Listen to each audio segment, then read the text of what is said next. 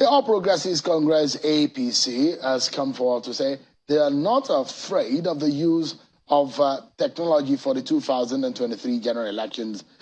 The party was addressing a news conference today in Abuja, and the National Publicity Secretary, Mr. Felix Moka, explains that the party is tasking the Independent National Electoral Commission to ensure that a gap that may be caused by inadequacies of the systems are taken care of and to ensure a credible process. Mr. Moka says that the party is committed to ensuring a credible process in 2023.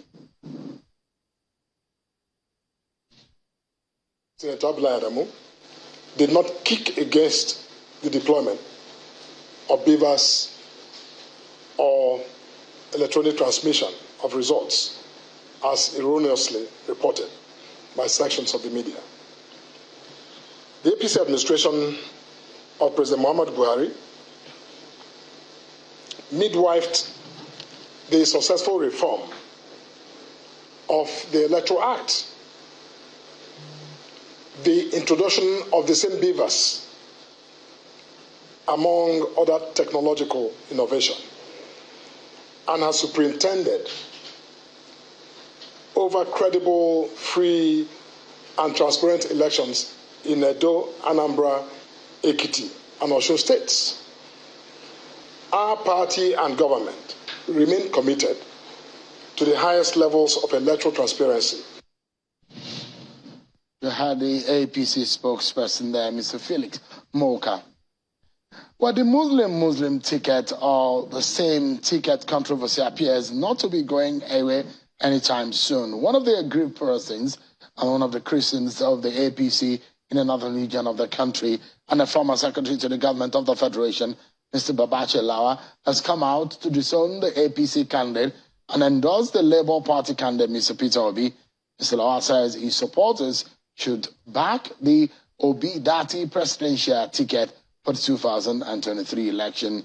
In a statement issued yesterday, quoted why we have chosen to endorse the Obi-Dati ticket, signed by the former secretary to the government of the Federation, said that it came to the decision of supporting the Labour Party presidential candidate Peter Obi and his running mate Yusuf Dati Baba Ahmed after a painstaking review and analysis of the alternative tickets.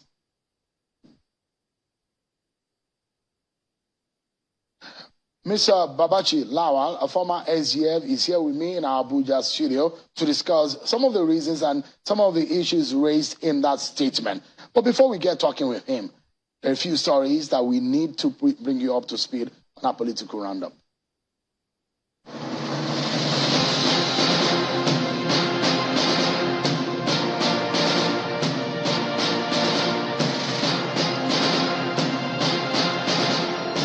More trouble for the All Progressives Congress in Rivers State as the Federal High Court in Port Harcourt today disqualified Mr. Tonya Cole, the governorship candidate of the party. In his judgment, Justice Emmanuel Obile held that Mr. Tonya Cole had voluntarily acquired foreign citizenship and had failed to adhere to the Electoral Act.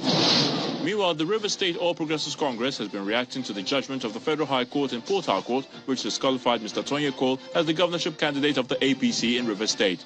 The leadership of the party in the state was speaking to journalists in Port Harcourt, the state capital. Tonya Cole was born in Port Harcourt, Rivers State, Nigeria, in January 1967.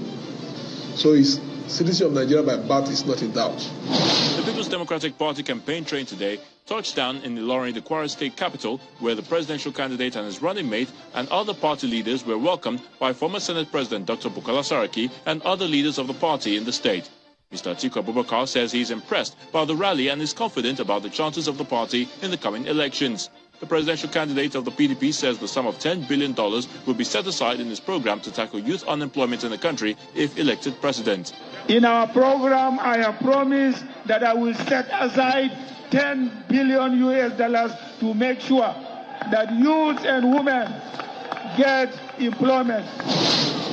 And the presidential candidate of the APC, Bola Ahmed Tinubu, led the party campaign today to Abakaliki, the Ebonyi state capital, to canvass for votes. The presidential candidate was received by the state governor, and thereafter, the presidential candidate was honored with a chieftaincy title as well. And the PDP G5 stormed Abia State, where they were hosted by one of their own, Governor of Abia State, Okezie Ikpeazu.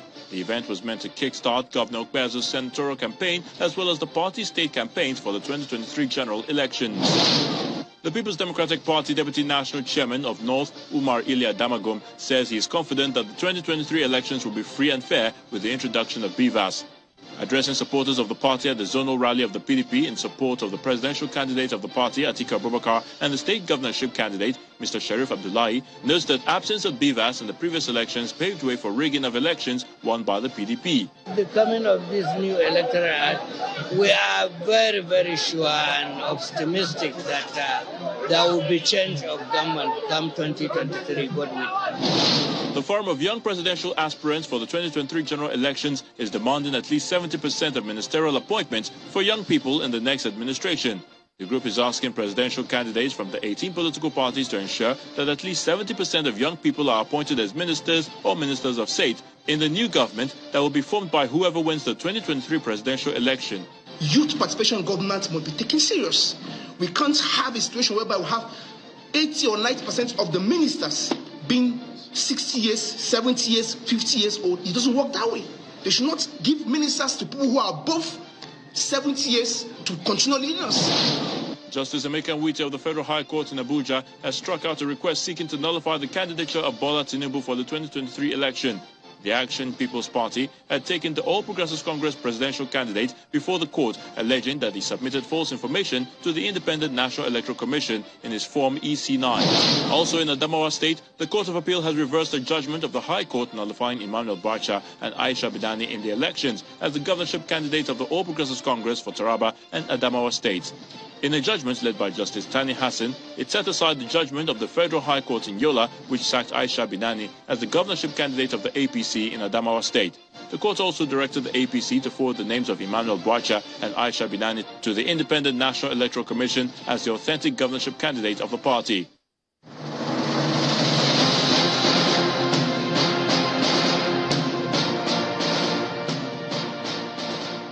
Thank you so much, everyone. Let's get to one of our major conversations tonight on the program, and it is the controversy on the same faith ticket, the Muslim ticket that is being criticized by the likes of Mr. Babachi Lawal, a former SGF, and a former Speaker of the House, Mr. Yakubu Dogara. Some of them who have said they are now endorsing Peter Obi of the Labour Party. What does this mean to their membership of the APC? Are they still members of the APC? Will this change anything for the chances of the APC in the northern region of the country or in the nation at large? Mr. Babachi Lawal, a former SGF, joins us live on the program tonight. Thank you so much for joining us tonight.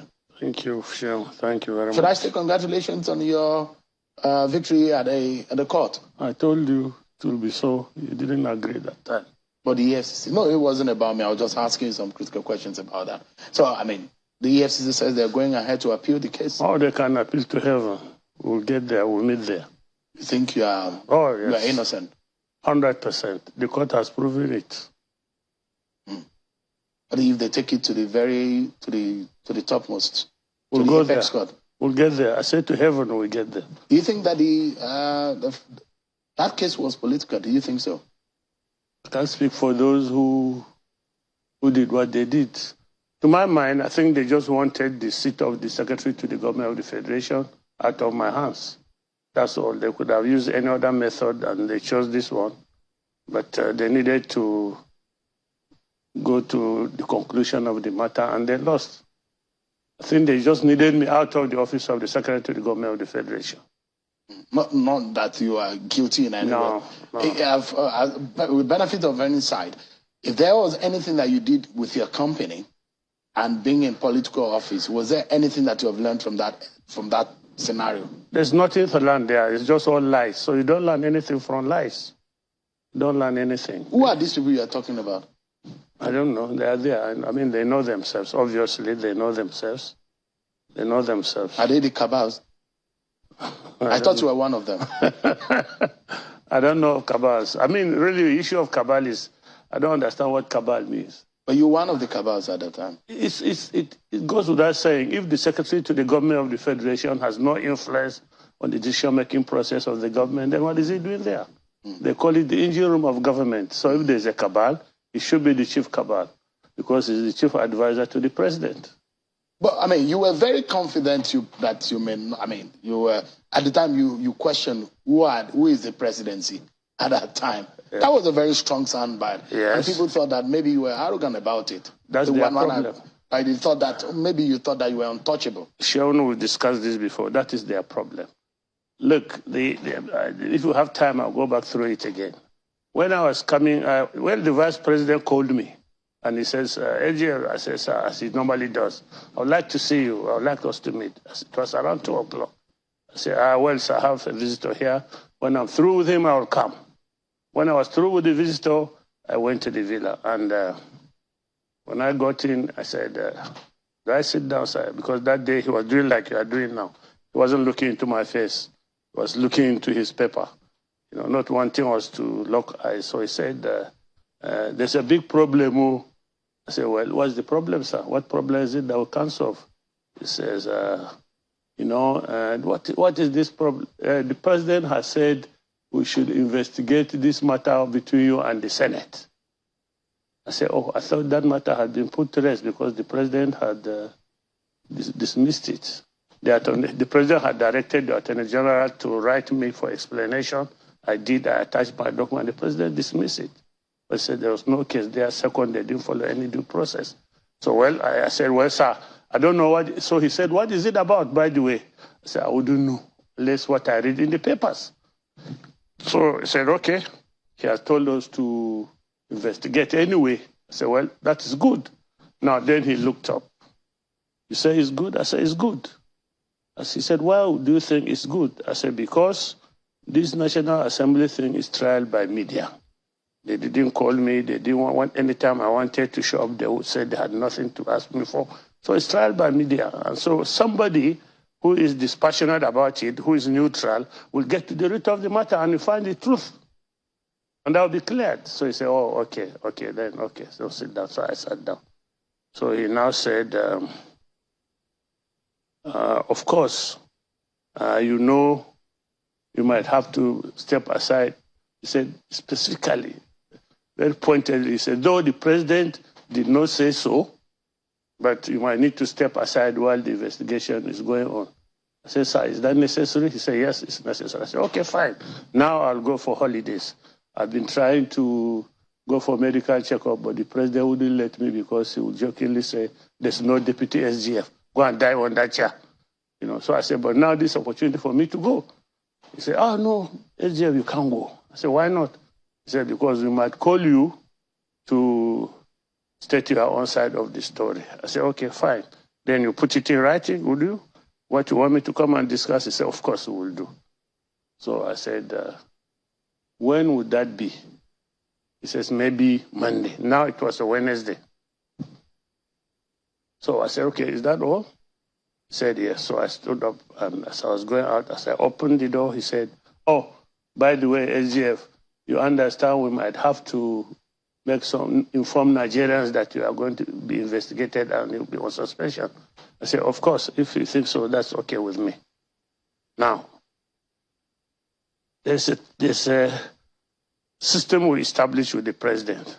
If you are going to be removed, which we do from political appointees, the president insists you must phone the person and explain to him that in 2 days' time, we will appoint you a replacement or something like that. The president's reasoning is that he doesn't want you watching television with their family members and they're announcing your removal. Or maybe you are in the United Nations somewhere. So he says you must tell the people, give them 2 days minimum, so they can tell their family. So I now asked him, so when is the president, when are you going to make that announcement? He says, by Saturday, I think. So, okay, thank you very much, sir. So that's how you were. So that's why the announcement was made And No, wait, I have to finish. That's the tail end, because to get the answer of your question. As I was going out of his office, going downstairs, it looks like the whole of journalists in Nigeria were there.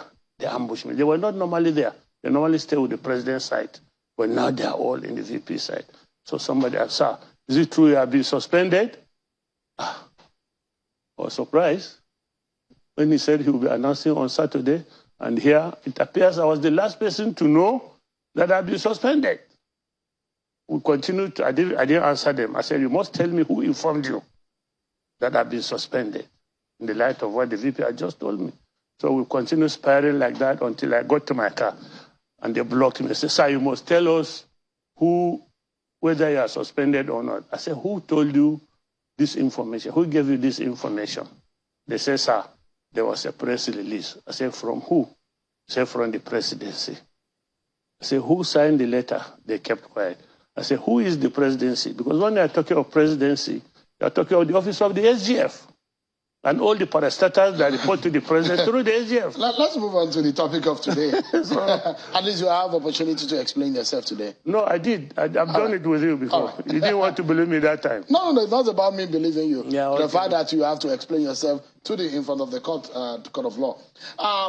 Today was late yesterday night. You too. No, I didn't have to explain to the court of law. Remember, I didn't. No, but you had. You won in the court. Yeah, but the whole essence of the court the case was the court felt that they had no case. So I didn't defend. There was nothing to defend. Yeah, Mr. Lawal. Let's move on to today's conversation. Now, you wrote that statement. Does it mean that you are no longer a member of the APC? There are two different things. In a democracy, you are allowed to disagree, even within a party. So you're still a member of the APC? Oh, yes, I'm a member of the party. You have endorsed I've endorsed Peter Obi. Is he on your own volition, or you have your supporters with you? Well, let's get here. The thing is, it's not as if Dogara and I are the only people in the movement. Long before then, we have a group of Christians in APC when we sensed this trend had been going on since the merger of the party. APC has always sidelined the Christians in the party. So we have this pressure group where we continue to push for the inclusion of Christians in the politics of APC.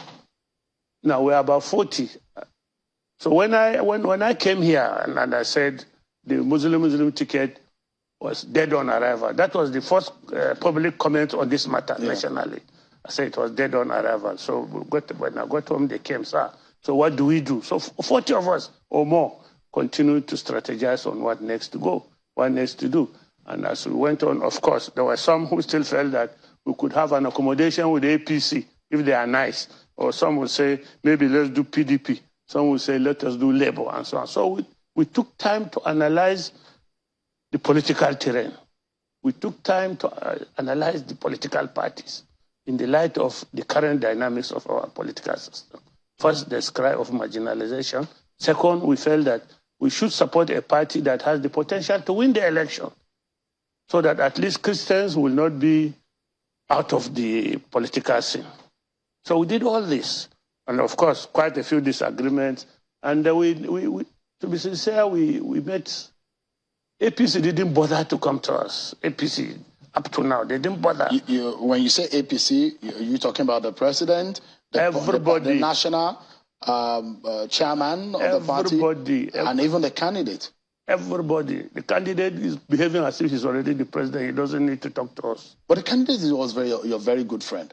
He's my very good friend. Immediately after his emergence, I saw some activities with yourself. Before his emergence, even long before Tinubu thought he wanted to be president of this country, I was one of those who encouraged him to feel he's qualified to be one. Long years, even before I became SGF. So you guys are no longer friends any longer? No, politics can't separate friendship. Friendship is much more than politics. The issue is very serious. The issue is this. We, the Christians in the North, felt we have been maltreated, we have been insulted, our religion has been denigrated. As a people, we have been told we have no capacity. And so we feel insulted. We feel our religion has been insulted. And so anybody that has the tendency to do that, we have no business supporting him to be the president of the country where the whole paraphernalia of government will be at his beck and call, which he can use to further humiliate us, oppress us, and maltreat us. So the issue is very existential. Do we want to survive, exist as a people? Do you think that Christians are marginalized and oppressed at the moment? Oh, my friend, it's terrible. I give you some few examples. They're very common one you can check on the internet. There are 27 federal universities in Nigeria. In the north, I mean. Federal, 27. Both military, civilian. There are only 5 Christians who are vice chancellors out of 27. Polytechnics, the same thing. College of Education, the same thing. Specific examples. Since Ahmadu Bello University was founded, the first VC, Professor Shai Audu, thereafter, they never allowed any other Christian again, until Professor Saro. And it was they didn't even allow Saro to finish his tenure. Every university, as you are now, if University of Usman Danfodio University VC-ship is vacant, no Christian will ever be considered to be a vice chancellor. Bayero University, University of Maiduguri, Tafawa Balewa University, even Modibo Adama University in Adamawa, 42 years in Adamawa State, a Christian state. No Christian has ever been vice chancellor. No Christian has ever been vice chancellor of Tafawa Balewa University. That's how it is, 42 years. No. Now, when you become a vice chancellor on the basis of the fact that you are a Muslim, it goes to show that you are expected to perpetrate the same policy. Do you think that the religion was a consideration on merit? Religion is a consideration. If you go to any government office, federal government office in this country, in Abuja here, you will find Christians grumbling. Oh, we will not be, they didn't send us on training because we are Christians. This place, they don't promote you because you are Christians. This place, they don't allow you to go on tour so that you don't get allowance. It's everywhere. You don't get contract because you are Christians. It's everywhere. It is endemic. It's everywhere. Every Christian in the north is a victim of this. So your choice of Peter Obi, because Peter Obi is not the only Christian on the ballot. I mean, there are other political parties, and there is the Atiku and Okowa there, and there is the SDP candidate. There is Showore and his party. Peter Obi. Why the choice of Peter Obi specifically? First of all, we are politicians and we are realists. You have to use. I told you that we want to support a political party that has the potential to win and potential to rule, and then to address all the other dynamics of the society. What are these dynamics? I've narrated one. Marginalization, there's insecurity, a cry of all inclusiveness. So you look at it, there are only 4 political parties that are worth our discussion.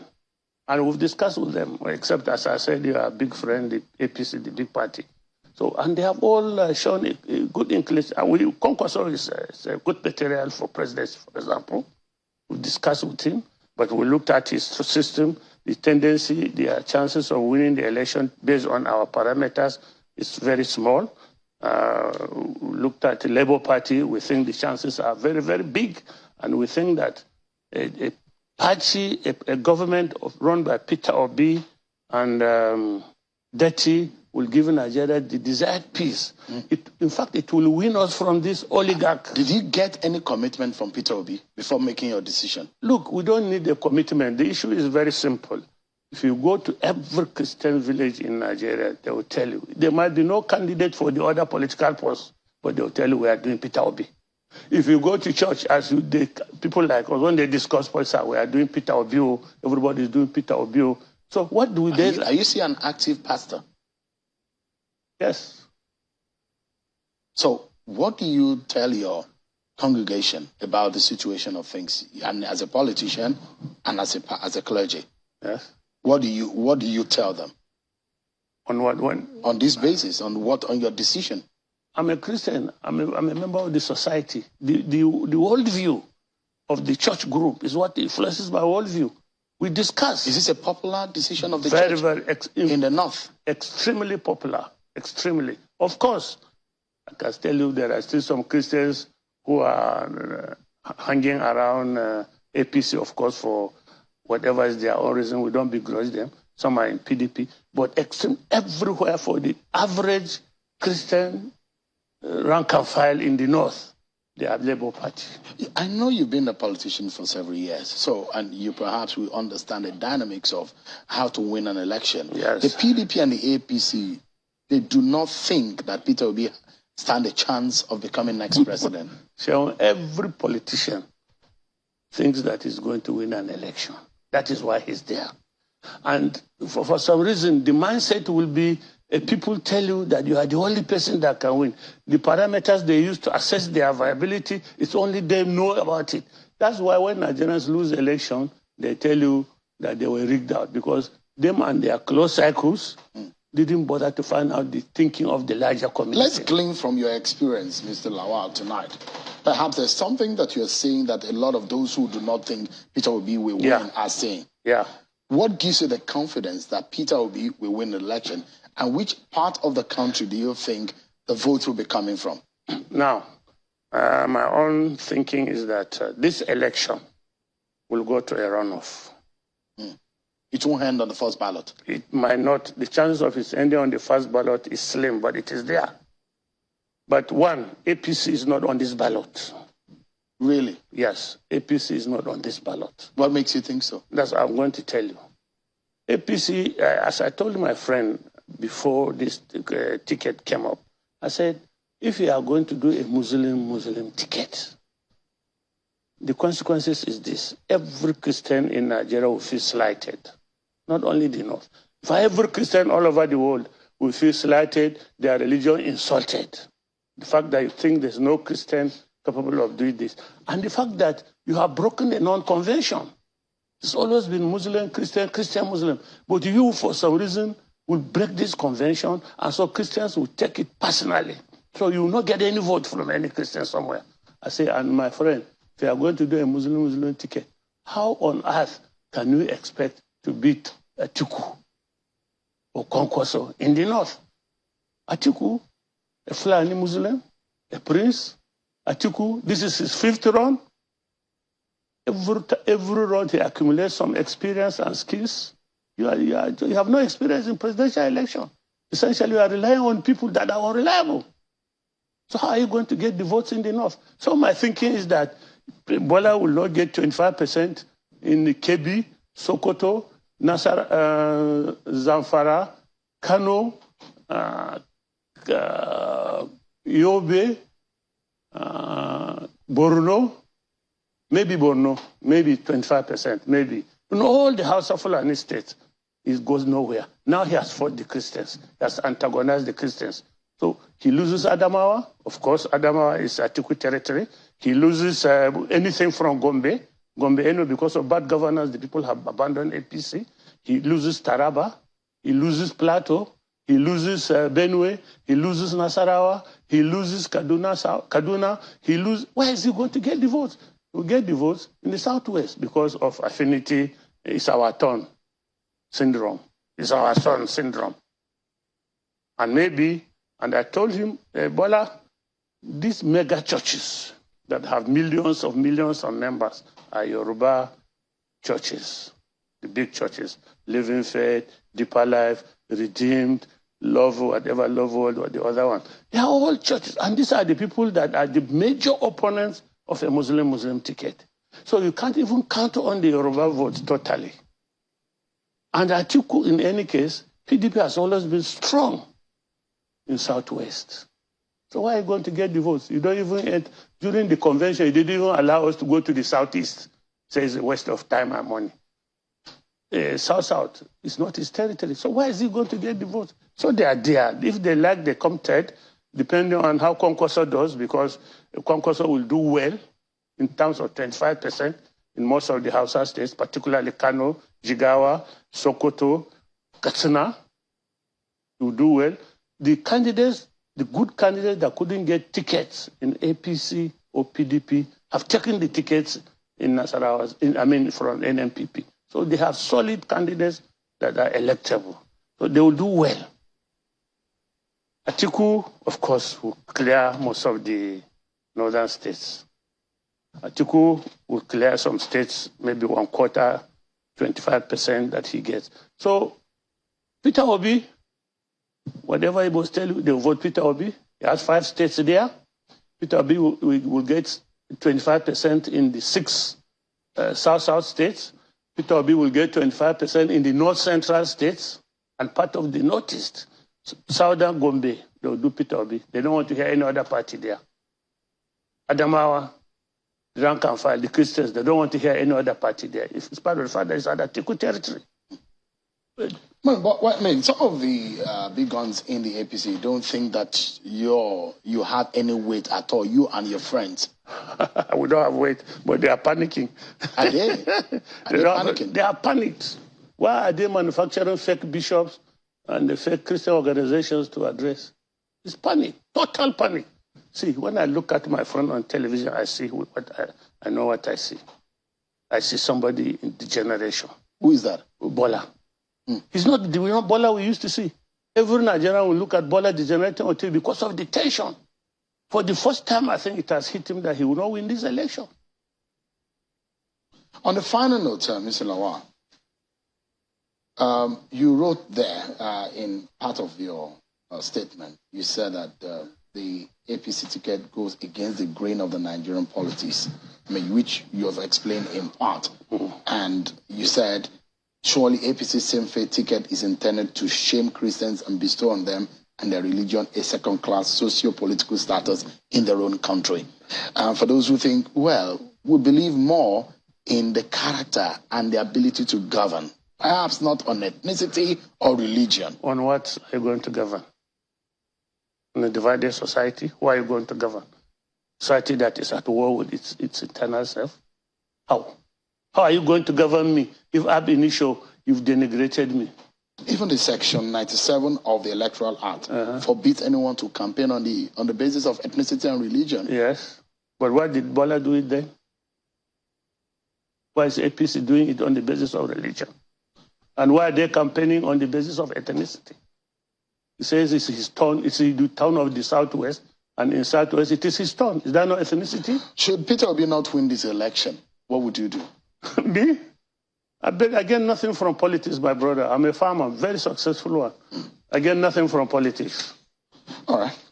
Mr. Babache Lawal, former SGF, thank you so much indeed for coming tonight and explaining these issues. Thank you very much. I appreciate it.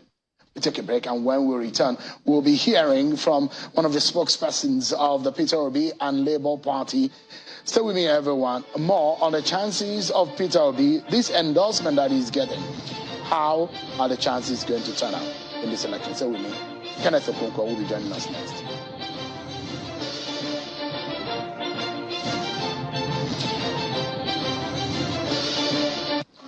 At Philomath University Abuja, we are assured of having quality and standard education delivered by excellent faculties.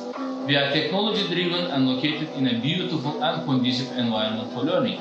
Our students are supported at every step of the way to unlock their dreams, express their potentials, and become the best version of themselves. Glad to welcome you all to Philomath University Abuja.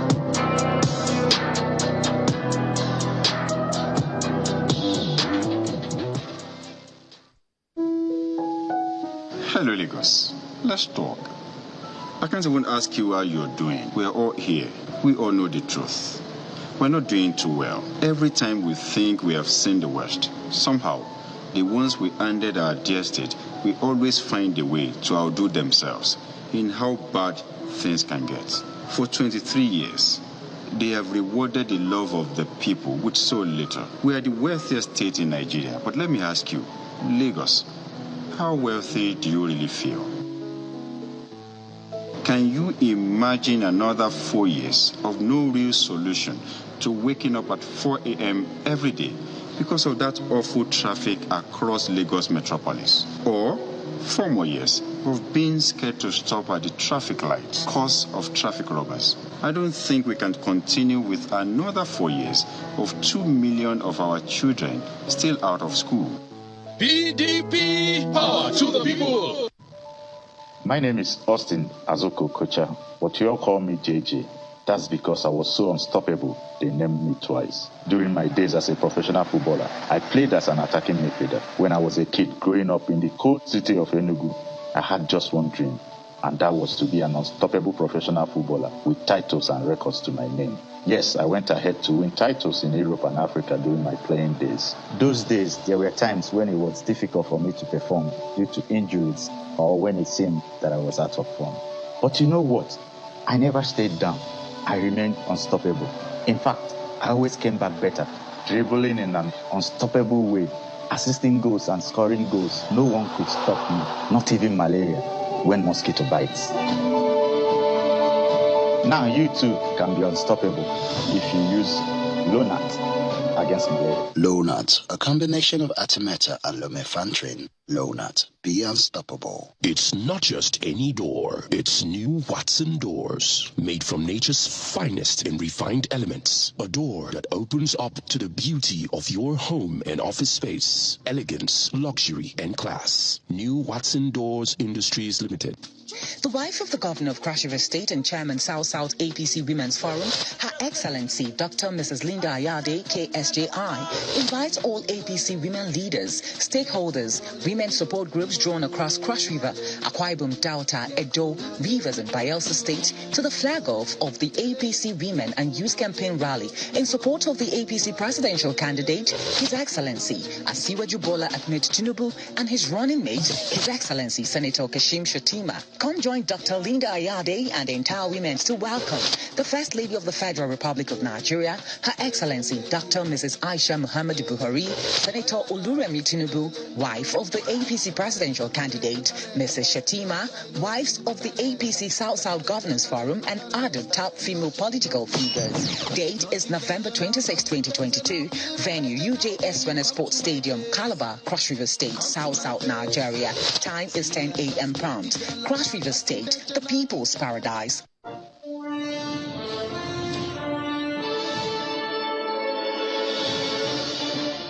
you so much, everyone. There appears to be a growing support base for Mr. Peter Obi, who has been criticized heavily of lacking a proper structure, political structure to win a presidential election in Nigeria. I mean, these growing influences, what are the chances, real chances of the Labour Party, a party that is witnessed more than ever before this kind of influence at the center? Perhaps it has not gotten this kind of opportunity to fly its color in this magnitude in the last few years. And the issues raised in this election also get our attention in the last few days of the campaign. Mr. Kenneth Okonkwo, a lawyer, actor, and spokesperson of the Peter Obi presidential campaign organization. He joins me live here in our Abuja studio. Thank you so much, Kenneth, for joining us tonight. Yeah, thank you very much, and thank you, viewers at home, for joining us. I guess you must be grinning in the waiting room when you were listening to the endorsement from someone like Mr. Babachi Lawal. How does that come to your principle and your party? Well, it is very exciting. It is a confirmation to what I've always told you, that Peter Obi is the only option. And this was the conclusion that Babachi Lawal reached. That after deliberations, they came to the inevitable conclusion that the only option was Obi-Dati presidential ticket, because it represented the equity, justice, and fairness, which is the foundation that the competence, character, and capacity of these two gentlemen will be built on. You know the reason why at least Atiku Abubakar was feeding them with ethnic jingoism. Northerners should support the North when they have not even seen any benefit that their Northern Muslim brothers have been governing them. Whereas Tinubu has caused the greatest disaffection and division amongst them on religious line. Peter Obi went to the North and offered them immediate, decisive, and long-lasting security. Peter Obi offered them that farmers will go back to the farm and that the North will be turned to the next oil and gold. Peter Obi offered them that there will be a Marshall Plan for education that will make the federal government intervene in collaboration with the state government and international community to ensure that in the North you have free access, easy access, and affordable access to education that will transform North from being the region that has the greatest out-of-school children from school to becoming a wonderful section that is education compliant. Peter Obi offered them that there would be an incentivization of the resuscitation of the cotton and textile industry, which has been moribund, and that the value chain, cattle value chain, they will be obtaining their $1 billion share out of the $75 billion in 2025.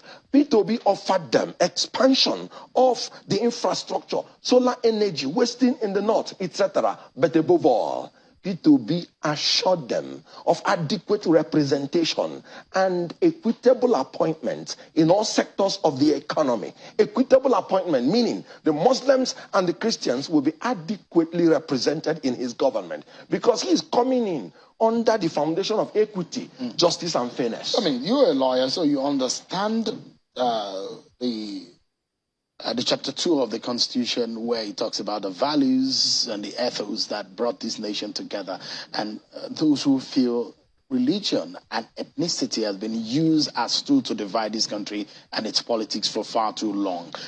How does it make you feel as a person, knowing full well that these two tools again had reared its head in our politics just as the election is coming? Oh, yes. That is the sad point of it. Initiated by Atiku Abubakar and Bola Tinubu, Atiku Abubakar could not even allow a tweet that was written for him, like every other thing is written for him and Bola Tinubu, including their manifestos, which they do not even know the contents. He could not even allow the tweet that condemned the burning alive of a young Northern Christian lady, Deborah Samuel, just because of religious bigotry. How do you expect these people to support you? Bola Tinubu came out publicly to say, no Northern Christian has the capability, the competence, the capacity to be his deputy. What an insult. They have balkanized this nation into ethnic and religious divisions. So you do not support anybody using those tools? I resigned from APC. Basically, the immediate cause was the Muslim ticket. In a nation that has more than 100 million Christians. But what about... how do you... Just a moment. Your candidate has been going to churches. Yes. And those who are criticized there and said, look, this is what we're talking about. Those who are using the churchy and the mosque and the ethnic tools and those kind of tools to impress the people. Should we use those kind of tools anyways in our politics? My candidate is not using any tool. He's a Christian. So he goes to churches.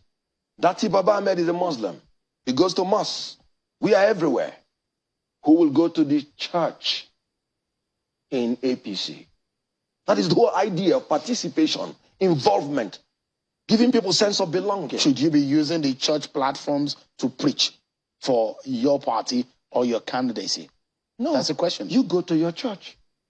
And that when he goes to church, I'm asking he goes to worship God. I mean, because yes. Equity, I mean, you have explained that tonight, that you don't think that ethnicity and religion should be brought into our politics. But the question is that your candidate is seen going to churches also. Should we be using these religious platforms at all for any form of politicking? Well, you're missing the point. Democracy is a representative government. Christians should be represented. Muslims should be represented in accordance with our constitution, that you don't leave anybody behind. Peter Obi goes to church to worship God, does not go to church to campaign for politics. Just like Dati Ahmed goes to mosque to worship God. And that is the beauty of participation. So everybody should be actively integrated according to the constitution of Nigeria. So in politics, it's about representation. Then going to church is about worshiping God. In APC, nobody will go to church. In the presidency, to worship God, unfortunately. And it's unacceptable to Nigeria. The Nigerian constitution, the Nigerian people. And the Northern Christians are rightly rejecting that ticket. And not just the Northern Christians, even the Northern Muslims. Because in Islam, the worship of God, there are 4 reasons for the writing of the Quran, but I'll just take one, which is the promulgation of the worship of God and essentials of justice. In Islam, it is not allowed that you should denigrate or destroy the integrity of any religion or any party in any multinational, multi-religious society, Islam welcomes justice. No true Muslim will support APC Muslim ticket, and you can quote me on that. Let's look at what this means. If you can summarize what the endorsement for the APC was said. Look, Babachi Lawal and his friends, politically speaking, in fact, they've criticized that some of them are not even capable of winning their local government for the party in any ways. They've used the party platform for their own gains. So they really, according to them, they said they don't care to respond to the agitation of the Babachi Lawal and his friends who are agitated about the same faith ticket. Good. Now, you know what? I heard one spokesperson of APC sitting down here denigrating the Secretary General of Northern Elders Forum that they do not even have up to 10% of the Northern support. In Labour Party, Peter Obi wants to carry everybody along. We need that 10% because we don't want to leave anybody behind. Let me tell you, the greatest undoing of the APC candidate is in his unguided and unsalutary method of trying to play God. Remember, we talk about the Lord of Bodleian, and he has an uncanny relationship with the king of Babylon, the city of corruption. Recall that Nebuchadnezzar said that he built the hanging gardens of Babylon, not God. And God warned him, be humble and give respect to me, and he refused. And God struck him and he became a human monkey. This is a presidential candidate who is arrogating to himself that he is God. He said, I single-handedly made Buhari president. That's a blasphemy in Quran and in Christianity. That was the first time he fell out with Babachi Lawal. Babachi Lawal said, don't play God. You are arrogant. And that was what fell out between him and Rauf Aregbe Shola Ogbeni, who said, you are playing God. And it is not supposed to be so. Remember what Rauf said when the Osun election was concluded. He was abroad. And he said, he quoted the Bible. All powers are ordained by God. And he giveth it to whoever he wishes, including the business of men. But look at Bola Tinubu claiming that he is God. Whoever votes for Bola Tinubu is not a true Christian or a true Muslim, because he has blasphemed the Quran and blasphemed the Bible. In Quran, they said, all powers belong to Allah, and Allah giveth it to whomsoever he wishes. If President Buhari supports Bola Tinubu, he is not a true Muslim, because Bola Tinubu has said he single-handedly made Buhari president, which is a blasphemy in Islam. That is what is killing them. They don't have respect for people. Babachi Lawal told you that Tinubu is already feeling that he is the president because he is playing God. In the whole Yoruba land, he said it is his turn when it comes to Yoruba land. Who told him that? Ayo Adebanjo, the revered leader of Afenifere, was in Ibadan, the capital of the Southwest, to tell the Southwest that Peter Obi is the next president of the Federal Republic of Nigeria. So wherever you go to, in any pool you want to describe, Peter Obi is the chosen person because he's a man of character, capacity, and competence. And his candidacy is built on a foundation of equity, fairness, and justice. I mean, so aside this, the endorsement, and I saw what happened yesterday in Ibadan, was that outing an impressive one as far as you're concerned? Very fantastic. I've not seen such level of loyalty. Remember, our jet was grounded. Those people were there from 9 a.m. in the morning, and by 5 p.m. they were still eager to wait for their next president. I was so pleasantly surprised. How was your jet grounded? Oh, it was grounded for regulatory reasons. There was unfortunate issue of the documentation not updated the way it ought to be updated, and that is coming from the vendor, because this is between the vendor and the federal government.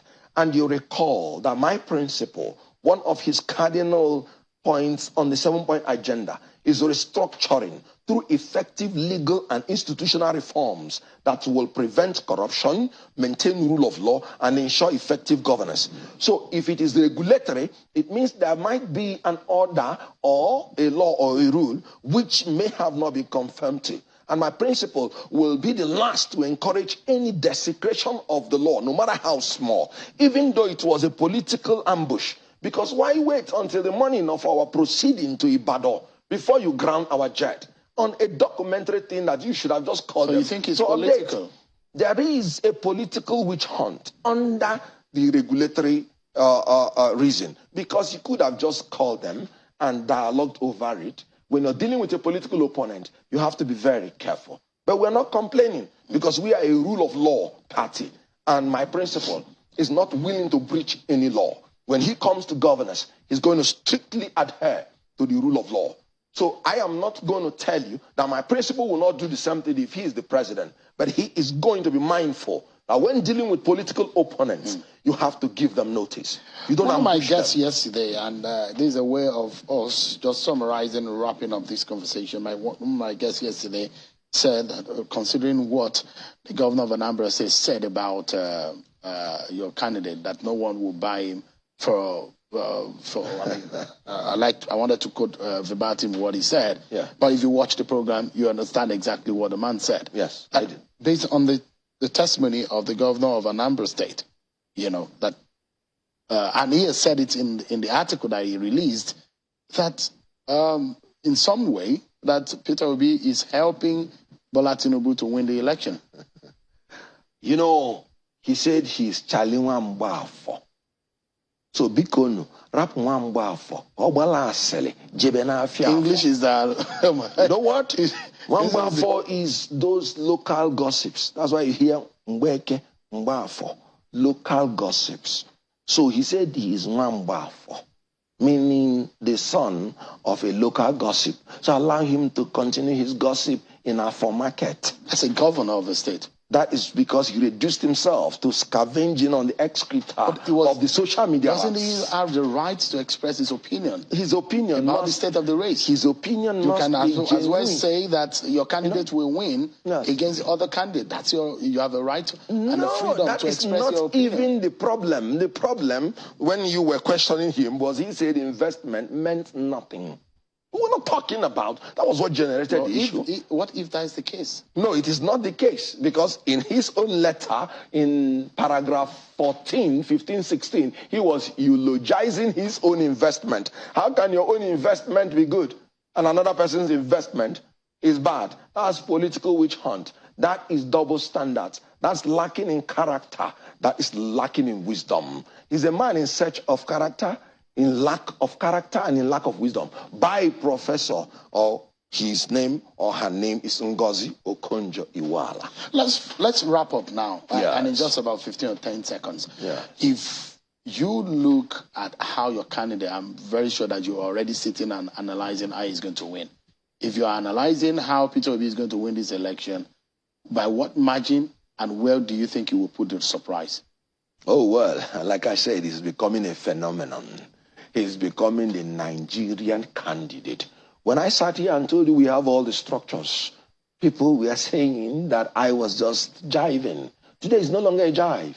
The whole Muslims are with them. Yes, because the whole Muslims cannot understand why a Tinubu can no longer even cognitively align his thoughts to make coherent sense. Would you want such a man who is blah, blah, Buhari, church rat, eating unpoisoned Holy Communion? God bless APC, a non-existent party. Would you want such a man who has become a food for comedians and creating comic relief to stand shoulder by shoulder to other presidents in the world? No, it is not acceptable. We're out of time. But thank you so much, Kenneth, for coming tonight. Kenneth Okonkwo is the spokesperson of the Labour Party. Thank you so much indeed for coming tonight. Thank you very much. That's our show for tonight, everyone. Many thanks for watching. I'm Sean Okimale. God bless Nigeria.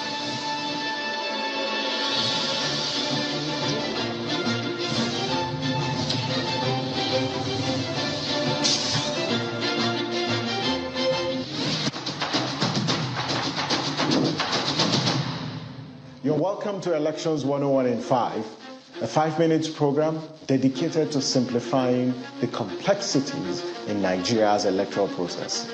I'm Samson Itodo. Let's get started. Tonight, we answer the question, what happens when a candidate dies during an election. We went to the streets to hear what Nigerians have to say. If there's a demise of the presidential candidate during the election, the expected thing is for the vice immediately take over the position. Party A candidate died during an election. The election is supposed to continue because the country doesn't belong to that particular man. If during election, say one of them died, there is no point to stop it because the country is not for one person. If the candidate died, the election will still continue. But quite frankly, no political party or supporters of political party wish that their candidate passes away. In the event that a death occurs, either before, during, or after the election, Nigeria's electoral law specifies what should be done. Now, disputes about the replacement of a candidate in the event of death before or after an election are settled under Section 34, Sub 1 and 3 of the 2022 Electoral Act. Now, a bit of history and background.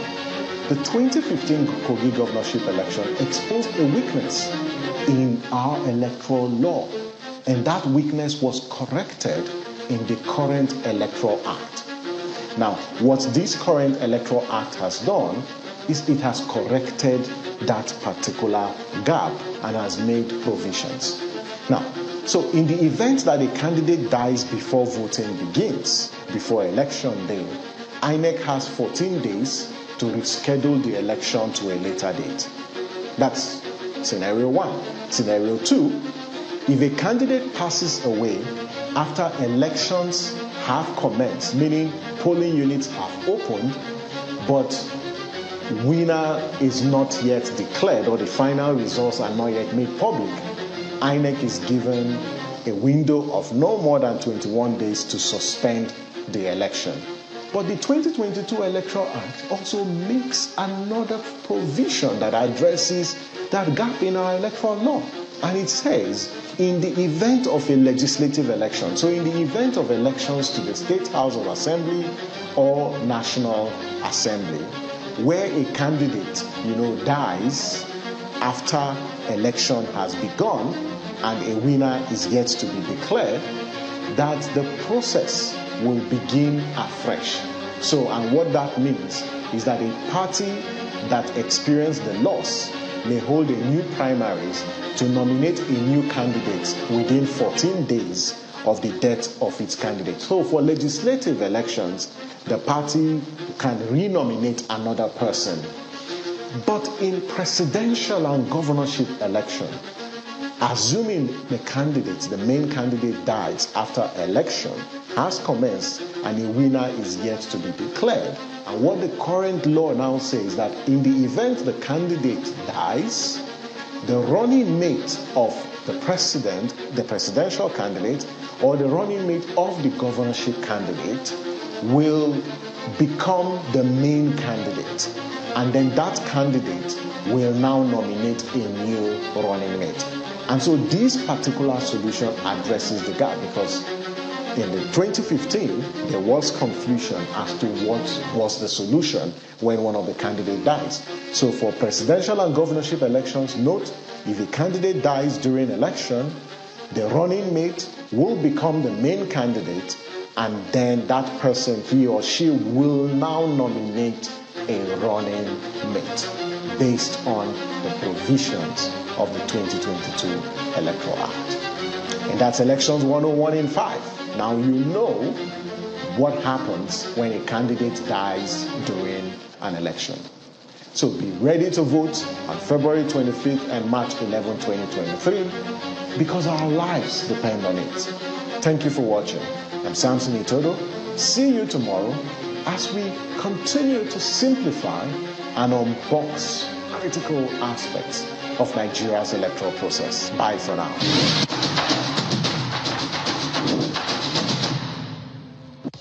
Bet on your luck with 1xBet. Test your luck and get a chance to win one of the super prizes. Bet on the sports events with 1xBet. Get the tickets and take part in the super cool prizes draw. Technospark smartphone, powerful generator, or a cool Bajaj motorcycle. Bet on your luck with OneXBet. The Unilag Alumni Association will commission an iconic building named after Professor Yewusi Bidakbobe as part of activities to mark the Diamond Jubilee of the University of Lagos. Akwa Ibom State Governor Udom Emmanuel will commission the state-of-the-art building in the main university campus, Akoka. On Friday, November 25th, 2022, there will also be an awards ceremony and dinner on Saturday, November 26th, 2022, at the Lagos Continental Hotel, Victoria Island, Lagos. The event will also have Vice President Yemi Oshibajo, Governor of Lagos State Babajide Sanwo-Olu, and Chairman Dangote Group Alhaji Aliko Dangote. Signed, Chairman Organizing Committee, Unilag Alumni Association. Great Akokite.